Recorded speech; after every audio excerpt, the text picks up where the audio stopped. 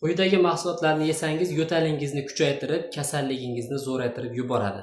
Azizlar, agar yo'talib turgan bo'lsangiz, gripp bo'lib qolsangiz, nafas yo'llarida shamollash paydo bo'lsa, quyidagi mahsulotlarni aslo yemang. Birinchi o'rinda gazli ichimliklar, rangli ichimliklar, yelli narsalar, ya'ni mosh, lo'ya, no'xatlar va hozir ayni pishib turganda torvuz, qovun, uzum kabi mahsulotlarni yemay turing. Qizil narsalar ham yemang va albatta achchiq narsalar. Bundan tashqari erkaklarga tegishli alkogol mahsulotlarini ichmay turing. Umuman ichmagan yaxshi. Bu mahsulotlar sizni yo'talingizni kuchaytirib, kasallikni zo'raytirib yuboradi. Shuning uchun shifokorlarga borsangiz, albatta sizga parhez tayinlaydi. Parhez qiling, shifokor aytgan tavsiyalarni iching, dorilarni iching. Inshaalloh tezda yaxshi bo'lib qolasiz. Bu videoni tanishlarga, yaqinlarga yuborib qo'ying.